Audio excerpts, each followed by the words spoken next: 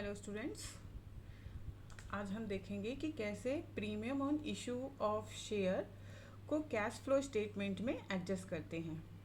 अब देखो, premium on issue of shares, तो ये जो शेयर्स हैं, ये तो आपको पता होगा कि शेयर्स कैश फ्लो स्टेटमेंट में फाइनेंशियल एक्टिविटी में आता है। तो ये तो तय है कि अगर ये शेयर्स हैं तो इसे फाइनेंशियल एक्टिविटी में जाना है। तो सीधी सी बात है कि अगर premium on issue of shares दिया है तो हम इसे क्या करेंगे, हम इसे फाइनेंशियल एक्टिविटी में डाल देंगे।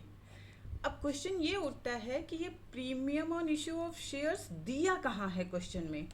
अब अगर ये क्वेश्चन में आपको बैलेंस शीट में दिया है तब तो फिक्स है, कहाँ जाना है इसे, फाइनेंशियल एक्टिविटी में।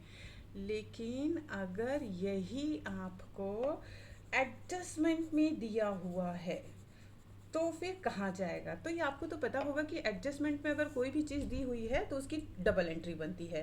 तो देखो, जब एडजस्टमेंट में दिया होगा तो इसकी दो एंट्री होगी। पहला, जैसे कि बैलेंस शीट में दिया था तो फाइनेंशियल एक्टिविटी में गया, ऐसे ही अगर एडजस्टमेंट में भी दिया होगा तो पहली एंट्री इसकी फाइनेंशियल एक्टिविटी में ही जाएगी। फाइनेंशियल इसका तय है क्योंकि ये क्या है, शेयर्स है। शेयर्स कहाँ जाते हैं, शेयर्स फाइनेंशियल एक्टिविटी में जाते हैं, तो इसका फाइनेंशियल एक्टिविटी में जाना तय है। अगर बैलेंस शीट में दिया है तो सीधी सी बात है कि बैलेंस शीट में सिंगल एंट्री होती है, तो सिंगल एंट्री जो है वो फाइनेंशियल स्टेटमेंट में चला गया। लेकिन अगर एडजस्टमेंट में दिया है तो एडजस्टमेंट में डबल एंट्री होती है, तो पहला जो है वो फाइनेंशियल एक्टिविटी में जाएगी और दूसरा जो है वो कहाँ जाएगा, दूसरा चला जाएगा ये ऑपरेटिंग एक्टिविटी में।